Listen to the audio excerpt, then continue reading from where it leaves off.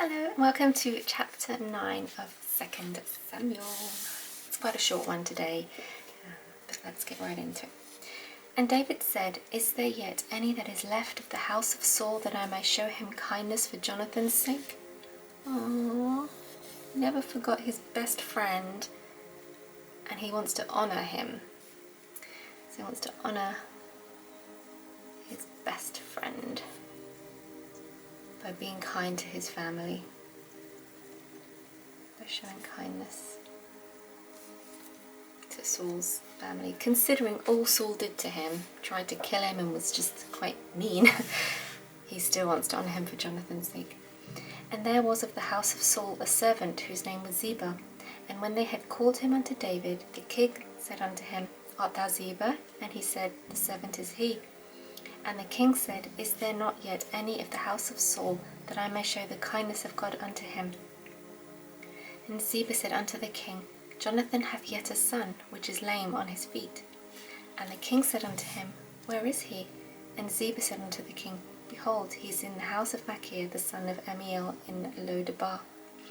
So previous chapters back, I can't remember exactly where, but he mentioned that Jonathan's son had an injury when he was a child and he was disabled and no longer able to walk. So they randomly put that in there so they could come back to it later and remind us of this next part of the story. So I believe it was chapter 4 of 2nd Samuel where he was introduced. So he asked if there's anyone in his family who you can show kindness to, and they mentioned, yes, Jonathan, your best friend, had a crippled son. So then King David sent and fetched him out of the house of Machir, the son of Amiel, from Lo-debar. Now when Mephibosheth, I'm saying that carefully because last time when I pronounced it in chapter 4, I know I said it wrong, so I want to get it right. Mephibosheth, okay, Mephibosheth, the son of Jonathan, the son of Saul, was come unto David. He fell on his face and did reverence. And David said, Mephibosheth. He answered, "Behold thy servant."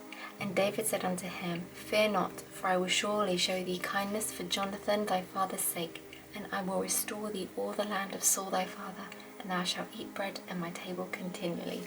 Oh, I love that. So we've got kindness coming around full circle. He never forgot his covenant that he made with his best friend, and he's going to pay him back in kindness by looking after his son and taking care of him.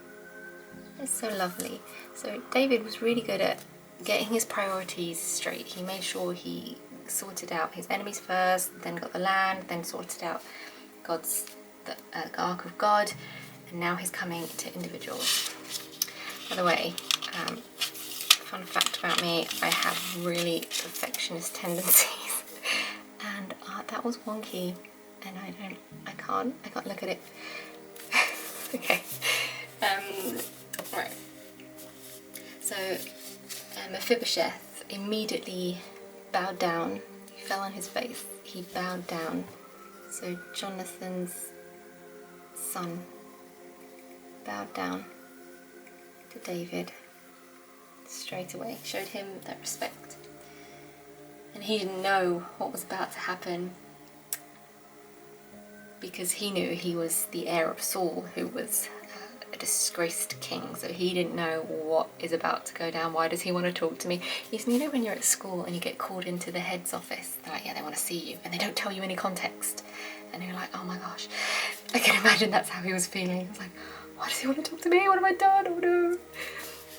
So I'm going to write here, perhaps concerned of his fate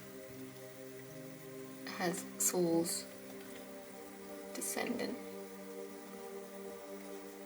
Exclamation point.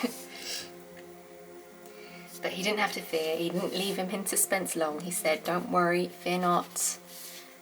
I'm going to be so good to you. You're going to get all the land back from Saul, and he's going to always have a seat at the king's table." Like, what a blessing that is for him. David gave land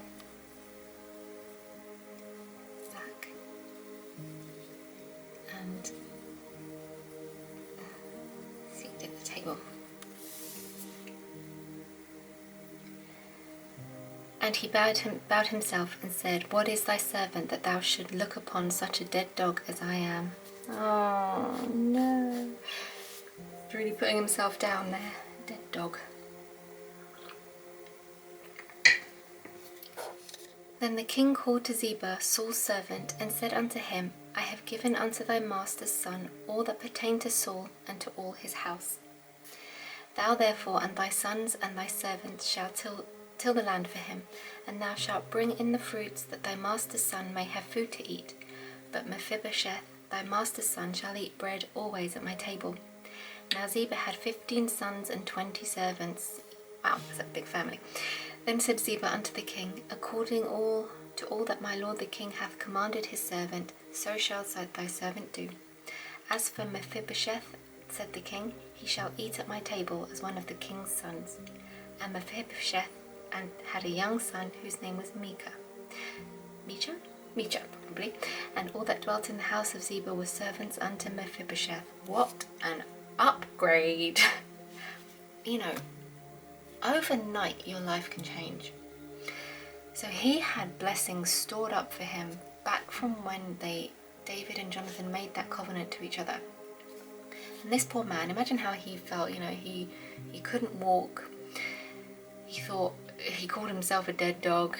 He's like, this is my lot in life. I'm just going to have to go through it like this. But little did he know that he was storing up blessings from what his dad had done. He'd been such a good friend to David, and he was going to reap the rewards of that. And he just had to wait until God was ready to give it to him. And imagine if he'd given up earlier, how different life would be. So we have to wait too. We have to wait for our stored up blessings. They're coming. We don't know why. We don't know what God has in store, but we have to believe that good blessings are coming our way. So what a turnaround. In just a matter of minutes, his life was completely different. It's amazing. So Mephibosheth dwelt in Jerusalem, for he did eat continually at the king's table and was lame on both his feet. So he was so grateful. He knew he'd done nothing to deserve it. He hadn't even met him. He'd never served him. But it was from Jonathan, his loyalty lay. So he was so grateful and knew he hadn't done anything to deserve it, per se.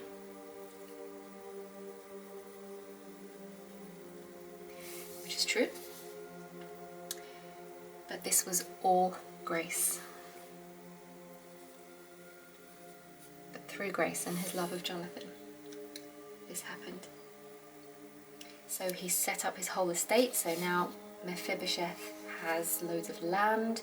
He's got Ziba the servant and his family to manage the entire estate for him. The land was restored, which would feed his household. And of course he ate at the king's table every day. So what an upgrade in life. So a whole estate being managed by a whole team of people, and he ate with the king every day. I get kind of emotional thinking about that. Aww. It's like his little piece of Jonathan with him. It's lovely. And it just shows David's grace. He didn't have to do that. But then, you know, there was no one like him. He was a very unique king. David was a unique king. He didn't have to do this.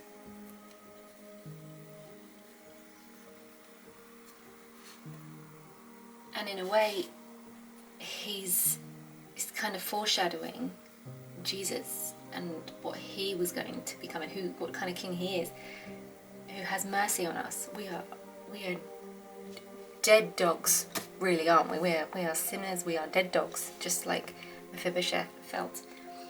But Jesus still shows us mercy, and he extends his kindness to us, just like David did to him.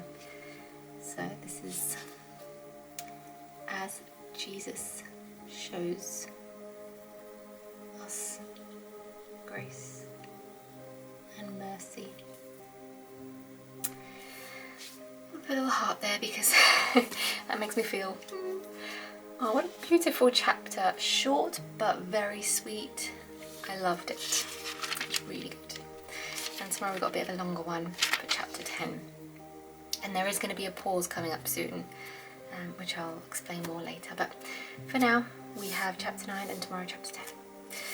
Okay, as always, please leave your comments below if you've got any questions or added commentary you want to share. I do love talking about things with you guys, and it really helps me kind of go deeper into what I've studied too. So I really appreciate your thoughts on that, especially Paris. You know who you are. Well, you'll see her in the comments. She's always sharing her wonderful insights, and that kind of conversation actually helps me as well as I study this, because we are meant to be not only reading the word, we're meant to be thinking about how we can apply it in our lives too.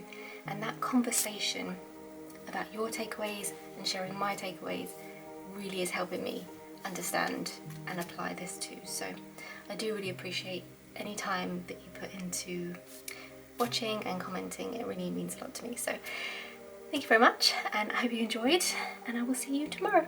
Bye.